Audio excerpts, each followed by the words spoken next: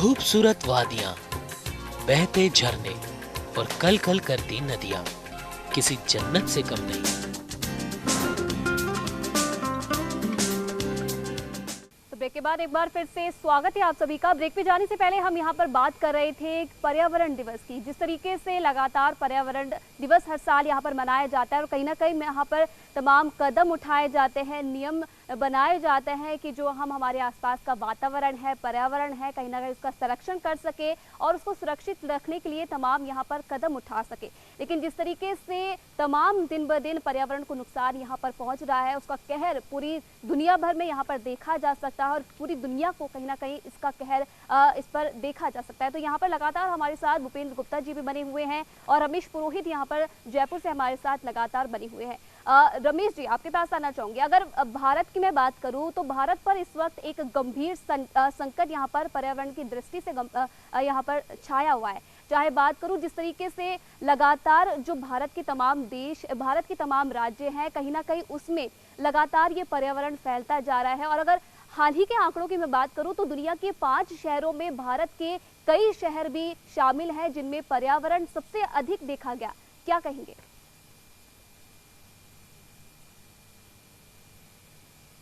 दरअसल बात यह है कि प्रकृति और पर्यावरण के बारे में कोई व्यक्ति बहस करता है, चर्चा करती है और सेमिनार भी होते हैं और इंटरनेशनल कॉन्फ्रेंस भी होते हैं, लेकिन इन लोगों को ये पता नहीं है बेसिक कि प्रकृति कहते किसको है, पर्यावरण कहते किसको है। जब उनको यह समझ में आ जाएगा कि प्रकृति यह चीज़ है और पर्यावरण इसको कहते हैं, तब बहुत सारी जो समस्या है वो वैसे ही हल हो जाएगी। एक छोटा सा उदाहरण देके मैं बात कहना चाहूँगा कि प्रकृति का मतलब होता है कि सत्व, रज और तमस, इन 3 चीज़ों की साम्यावस्था जो होती है वो प्रकृति कहलाती है। अब इसको अगर वैज्ञानिक रूप से अगर करें तो सत्व का मतलब होता है पॉजिटिव डायरेक्शन, रज का मतलब होता है न्यूट्रल, क्या कहना चाहिए, नेगेटिव, और तमस का नेगेटिव। तो सत्व, रज और तमस, पॉजिटिव, नेगेटिव और न्यूट्रल, ये इन तीनों की जो साम्य अवस्था होती है वह प्रकृति कहलाती है। अब सोच विचार में भी अगर बात करें तो वैचारिक चिंतन जिसका पॉजिटिव डायरेक्शन में होगा, सात्विक विचारों से परिपूर्ण होगा, वह व्यक्ति सात्विक विचारों के आधार पर ही अपना काम करेगा जी। और रजस जो स्थिति होती है, सेकंड जो पोजीशन जिसकी होती है वह न्यूट्रल होता है। यह न्यूट्रल जो रजस है वह पॉजिटिव सत्व के साथ में भी अगर जुड़ जाता है, क्योंकि वो न्यूट्रल अगर पॉजिटिव के साथ में जुड़ता है तो उसका जो रिजल्ट है वो पॉजिटिव ज़्यादा आता है, और तमस के साथ में अगर वो जुड़ता है न्यूट्रल तो वो नेगेटिविटी ज़्यादा आती है। तो प्रकृति का मतलब इन लोगों को ये पता नहीं है। प्रकृति हम जुड़ चुके हैं, खुद पर्यावरणविद हैं और लगातार पर्यावरण के संरक्षण के लिए ये काम करते आ रहे हैं। बहुत बहुत स्वागत है सुशील जी आपका न्यूज इंडिया में। हाँ मैम, धन्यवाद जी मैम। जी सुशील जी, आज पूरा विश्व पर्यावरण दिवस मना रहा है और कहीं ना कहीं यहाँ पर जिस तरीके से तमाम लोगों से हम बातचीत कर रहे हैं तो कहीं ना कहीं उनका कहना है कि कोरोना काल में जिस तरीके से पूरी दुनिया में कोरोना का कहर देखने को मिल रहा है और लाखों लोग इससे प्रभावित हुए हैं, लेकिन अगर दूसरे नजरिए से हम इसे देखें तो कहीं ना कहीं एक सबक भी कोरोना ने यहाँ पर लोगों को दिया है। क्या कहेंगे आप? बिल्कुल मैम, मैं आपसे सहमत हूँ। कोरोना काल में पर्यावरण का बहुत अच्छा हाल हुआ है, इससे मैं पूर्णतः सहमत हूँ। छोटे से एक वायरस ने हमारी प्रकृति का वो हमारा लाभ किया है जो हम लोगों ने करोड़ों रुपए खर्च करके नहीं कर पाए। मिसाल के तौर पे अगर हम गंगा नदी का ही उदाहरण ले लें, हमारी सरकारों ने नमामि गंगे योजना, गंगा एक्शन प्लान के नाम पर हजारों करोड़ रुपया बर्बाद कर दिया, लेकिन कितना उन्हें सफलता मिली। लेकिन कुछ दिनों के लॉकडाउन ने गंगा के पुराने वैभव को लौटा दिया। उसमें ऐसी मछलियों को भी देखा गया जो सैकड़ों साल पहले पाई जाती थी। साथ ही एक वायरस जो जिसकी वजह से गंगा का पानी निर्मल माना जाता था, जिसे बैक्टीरियोफेज कहते थे, उसकी भी मात्रा और ज्यादा बढ़ गई। इसके अलावा हम लोगों ने बहुत ध्यान से देखा कि हमारे शहर की जो आबो हवा है, जो AQI कहते हैं, एयर क्वालिटी इंडेक्स, जिसका सदैव 100 या 200 से ऊपर रहता था और जो इंडस्ट्रियल एरिया है वहाँ 300-400 रहता था। मैंने खुद महसूस किया 50 के नीचे भी आ गया। अर्थात हवा इतनी शुद्ध हो गई जैसे नैनीताल या फिर पहाड़ी एरिया या फिर शिमला ऐसी जगह की हवा होती है। तो ये एक मेरा सबसे यही निवेदन है कि ये अल्प विराम न रह जाए, ये पौज न रह जाए। इसको हमें आगे बढ़ाना है। अब आगे बढ़ाने के लिए क्या होगा, मुझे आप सबकी, सभी लोगों की जरूरत पड़ेगी। आप मीडिया के रूप में, सामान्य व्यक्ति लोग, स्टूडेंट्स लोग, सभी लोग सहयोग करेंगे। देखिए, मिसाल के तौर पे मैं बताऊं, जैसे मैं बुंदेलखंड से बिलोंग करता हूं, मैंने वहां पर बड़े करीब से देखा है पानी की बुरी स्थिति। कहते ना कि जब चकोर पक्षी से पूछिए पानी का क्या महत्व होता है, या दूसरे शब्दों में कहें जाके पाँव ना फटे बीमाई, वो का जाने पीर पड़ाई। हम लखनऊ में हैं, यहाँ पर कंफर्ट जोन में है, पानी खूब है, लेकिन ऐसे लोग, ऐसी जगह की कल्पना कीजिए जहाँ 10 किलोमीटर दूर से पानी लाया जाता है। वहाँ केप टाउन की तरह संकट पैदा हो गया है, वहाँ पर हालात बहुत बुरे हो गए हैं। और अगर हम अभी भी सबक ले लें कि जैसे हालात बुंदेलखंड के हैं, जैसे हालात विदर्भ के हैं, जैसे हालात दुनिया के और भी जगह के हैं, अगर हम भारत में बचाना चाहते हैं, भारत में देखिए, भारत एक ऐसा देश है जो सुजलाम सुफलाम संस्कृति वाला था। यहाँ हर कदम पे पानी मिलता था, हर कदम पे रोटी दी जाती थी, पग पग पे रोटी और पग पग पे पानी मिलता था। लेकिन वो सब कहाँ गया? अब पानी को बाजारवाद की वस्तु बना दिया है। कहते ना, एक अंग्रेजी में कहावत है, इफ्लुएंट ऑफ एफ्लुएंट। एफ्लुएंट कहलाते प्रभावशाली समृद्ध लोग। उन समृद्ध लोगों ने चीजों पे रिसोर्स को खरीदना शुरू कर दिया, और उसकी वजह से हम लोग चारों तरफ से प्लास्टिक के बुरी तरह से मकर जाल में फंस गए हैं। हमारे चारों तरफ पानी की बोतलें हैं, पानी की बोतलें जो प्लास्टिक की बनी हुई हैं। हमारे चारों तरफ प्लास्टिक के पॉल्यूशन से भी हम पूरी तरह से घिरे हुए हैं। हम प्लास्टिक खा रहे हैं, हम प्लास्टिक पे सो रहे हैं, हम प्लास्टिक सांस के रास्ते ले रहे हैं, हम प्लास्टिक को पी रहे हैं। मतलब प्लास्टिक की हालत भी ऐसी हो गई है कि जैसे हम अपने शरीर से खून को अलग नहीं कर सकते, ऐसे प्लास्टिक को भी नहीं कर सकते। तो जी बिल्कुल, यहाँ पर सुशील जी, आपने प्लास्टिक का यहाँ पर जिक्र किया है, तो कहीं ना कहीं उससे जुड़ा मेरा एक सवाल यहाँ पर है। जिस तरीके से अगर हम भारत में भी देखें तो लगातार पॉलिथीन को बैन करने की यहाँ पर बातचीत की जाती है, प्लास्टिक को बैन करने की यहाँ पर बात की जाती है, और कई राज्यों में फिलहाल अभी भी ये लागू है। लेकिन लागू तो यहाँ पर हम नियम कर देते हैं, लेकिन उनकी पालना यहाँ पर सही से नहीं करवाई जाती है, वो सख्ती यहाँ पर नहीं दिखाई दे रही है, जिससे पर्यावरण को लगातार नुकसान पहुंचा है। तो क्या कुछ लगता है आपको कि अब सरकारों की तरफ से क्या कुछ करना चाहे कि जो ये नियम यहाँ पर निकाले जाएंगे उनको पालना कराने के लिए कहीं ना कहीं अब सरकारों को सख्त होना पड़ेगा? क्या कुछ लगता है आपको? नहीं, देखिए मैडम, प्लास्टिक से हम लोग बुरी तरह से घिर गए हैं, और मैं यहाँ पर पूरी शिद्दत के साथ अपने भारत के यशस्वी प्रधानमंत्री जी का गुणगान करने में कोई कंजूसी नहीं करूंगा। उन्होंने बीट द प्लास्टिक अभियान चला दिया 2 अक्टूबर को। लेकिन देखिए, ये बात बार बार मैं कह रहा हूं कि कोई भी सरकार, कोई भी एडमिनिस्ट्रेटर तब तक सफल नहीं हो सकते जब तक हम और आप लोग उनका सहयोग नहीं करेंगे। हमारे बच्चे नहीं करेंगे, जो सबसे बड़ी मैसेंजर है। हमारे स्कूल बच्चे जब तक आगे नहीं आएंगे तब तक कोई भी योजना सफल नहीं हो सकती है, चाहे कोई भी सरकारें कैसा भी परिवर्तन ला दें। तो यहाँ पर यही देखा गया है कि आम जन की भागीदारी नहीं हो पाई। आम जन ने सोचा, क्या हम पुराने समय को भूल गए कि जब हम कपड़े का थैला जाते थे लेके, और हमारी माताजी पुराने थैले को बना देती थी पुराने कपड़े से, पैंट से, और वो आज भी मेरे घर में उपयोग होता है। क्या हम उन थैलों को लेके नहीं जा सकते हैं? लेकिन उसको हमने स्टेटस सिंबल बना लिया है कि कोई क्या कहेगा। लेकिन उसके हमने दांव पे क्या लगा दिया है? हमने दांव पे उन लाखों करोड़ों छोटे छोटे जीव जगत को जो समुद्र में पाया जाता है उसको लगा दिया है। जो हमारे इकोसिस्टम का पार्ट है वो आज मर रहा है, उसके दम घुट रहा है। समुद्रों में इतना प्लास्टिक जमा हो रहा है, कहा जा रहा है, नेशनल जियोग्राफिक चैनल की एक रिपोर्ट आई कि 2050 तक समुद्र में प्लास्टिक ज्यादा होगा और मछलियां कम होंगी। ऐसी हालत है। कोरोना के संकट में भी प्लास्टिक का देखिए कितना ज्यादा बढ़ा। पीपीई, जिसे पर्सनल प्रोटेक्टिव इक्विपमेंट कहते हैं, मास्क, ये कितनी ज्यादा मात्रा में जो पश्चिमी देशों ने उपयोग किए, और सारे के सारे देखिए पूरे दुनिया की एक सिंक है जिसे समुद्र कहते हैं। हर चीज समुद्र में फेंकते जाते हैं, और आज हमें वो विभत्स तस्वीरें देखने को मिल रही हैं। समय समय पर वो हमें याद दिला रही हैं कि देखिए प्लास्टिक कचरे के कारण हमारा पर्यावरण कितनी बुरी तरह से प्रदूषित हो गया है। हमारे साथ यहाँ पर शेखर आनंद त्रिवेदी लगातार बने हुए हैं हमारे साथ। शेखर जी, जिस तरीके से सुशील जी ने भी यहाँ पर इस बात का जिक्र किया है कि लॉकडाउन के बीच भले ही लोगों पर यहाँ पर तमाम विपदाएं आ पड़ी हो, लेकिन दूसरी तरफ प्रकृति के लिए एक बहुत अच्छा यहाँ पर रिस्पांस मिला है, पर्यावरण के लिए यहाँ पर एक नया रूप देखने को मिला है। लेकिन इसी बीच अब लोगों की चिंताएं भी यहाँ पर बढ़ने लगी है कि जो ये सुधार यहाँ पर देखा गया था, आगे इसे किस तरीके से स्थायी यहाँ पर किया जाना चाहिए। देखिए, मैंने अभी थोड़ी देर पहले भी यही बताया था कि इंसान की जंग उसी चीज से चल रही है जिसके ऊपर वो निर्भर है, यानी कुदरत अपनी तरह से अपने आप को रिकवर करने में पूरी तरीके से सक्षम है। इसका सबसे अच्छा उदाहरण हमने लॉकडाउन में देखा। लुधियाना हुआ या आपका सहारनपुर हुआ, 200-300 किलोमीटर दूर से हिमालय की पहाड़ियां दिखाई देने लगी। तो ये स्वच्छ हवा की बात हो गई। इसी तरीके से लखनऊ की गोमती हो, दिल्ली में यमुना हो, वाराणसी में गंगा हो, हर जगह आपने देखा कि नदियां साफ हो गई। ये अपने आप स्वतः प्रकृति हर साल करती है। लाखों लाख नाले ऐसे हैं देश दुनिया में जो इन्हीं नदियों को लगातार प्रदूषित करते हैं। अब लॉकडाउन हटा है, कारोबार शुरू हुआ है। आप देखिएगा कि कुछ ही दिनों में आपको इस तरीके की स्थिति देखने को मिलेगी जब ये नदियां वापस प्रदूषित होने लगेंगी। इन नदियों में वापस प्रदूषण होगा। हवा जिस तरीके से प्रदूषित हो रही है वो सामने ही आ चुका है।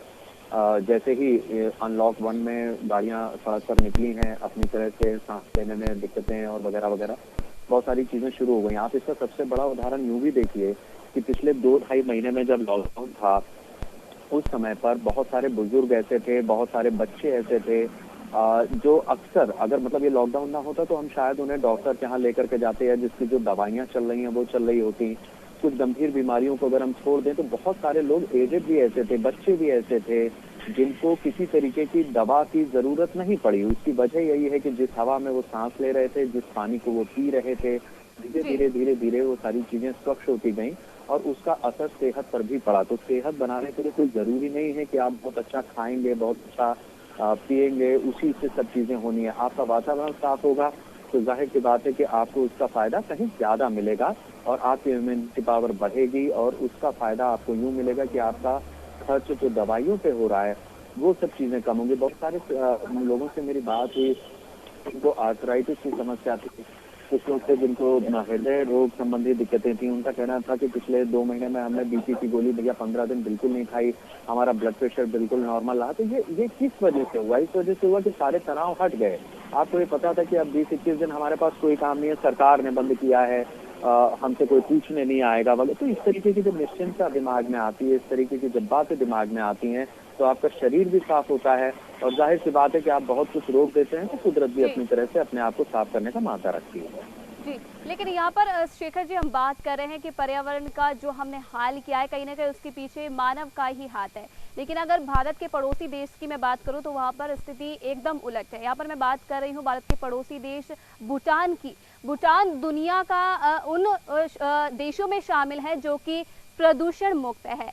तो वहाँ पर जितनी उपलब्धि यहाँ पर सरकारी नीतियों की है, तो कहीं ना कहीं वहाँ पर जो लोग हैं उनका भी एक अहम योगदान है अपने पर्यावरण को बनाए रखने का। तो यहाँ पर भूपेंद्र जी से मैं एक सवाल लेना चाहूँगी। भूपेंद्र जी, जिस तरीके से भूटान ने यहाँ पर पूरी दुनिया को एक यहाँ पर सीख दी है, क्या कुछ लगता है आपको इन सब नीतियों से, जो भी नियम यहाँ पर भूटान के द्वारा बनाए गए हैं अपने पर्यावरण को सुरक्षित रखने के लिए, क्या कुछ लगता है कि भारत को इससे सीखने की यहाँ पर जरूरत है?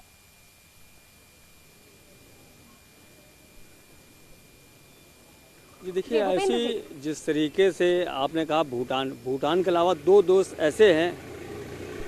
देखिए, भूटान के अलावा 2 देश ऐसे भी हैं जहाँ पे जो है बहुत ही कम जो है वहाँ का प्रदूषण आका गया है।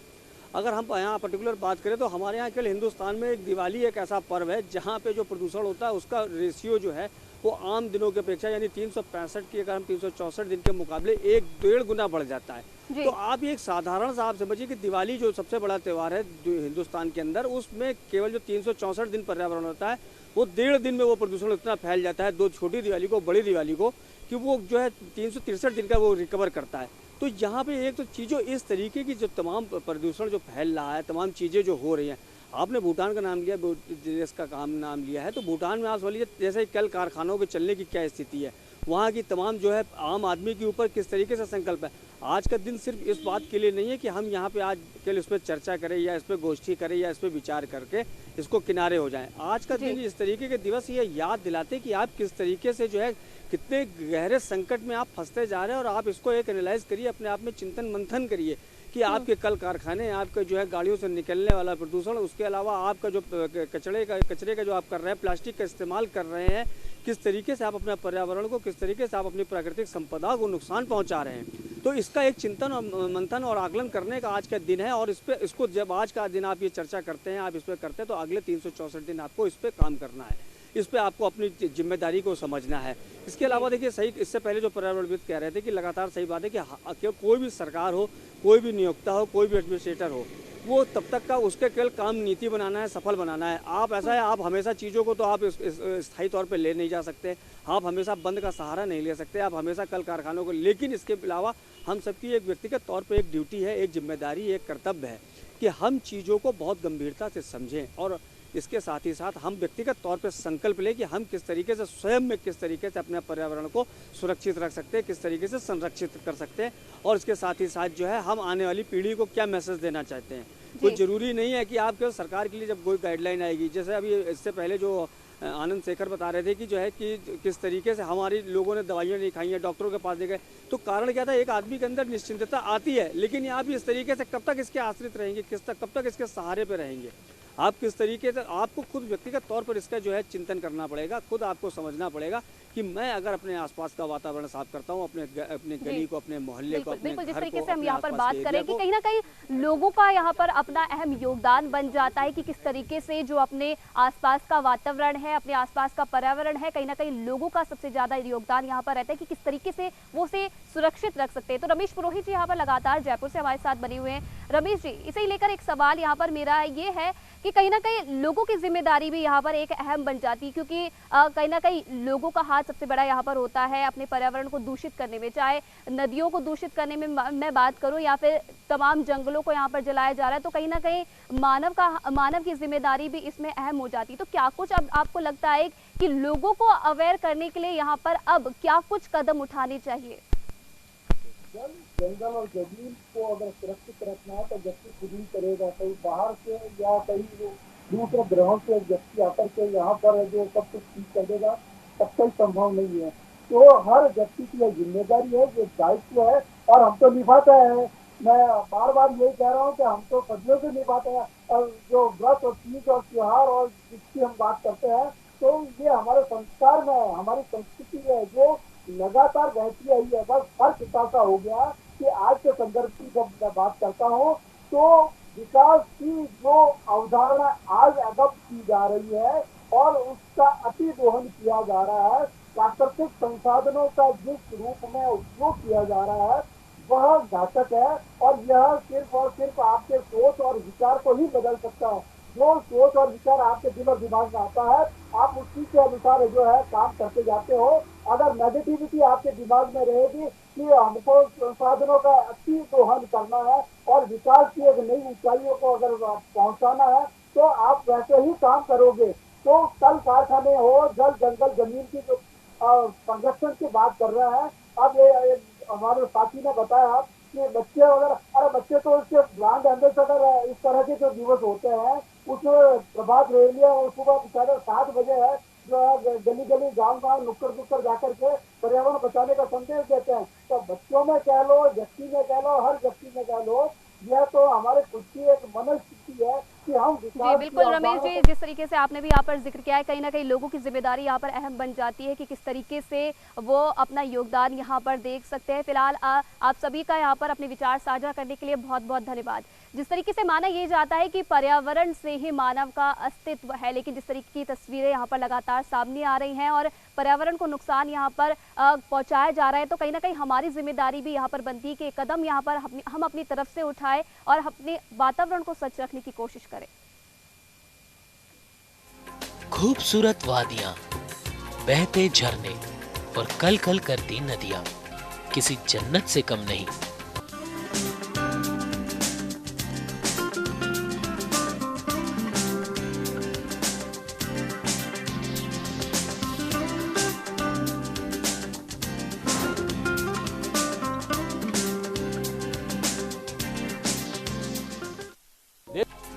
खूबसूरत वादियां, बहते झरने और कल कल करती नदियां किसी जन्नत से कम नहीं।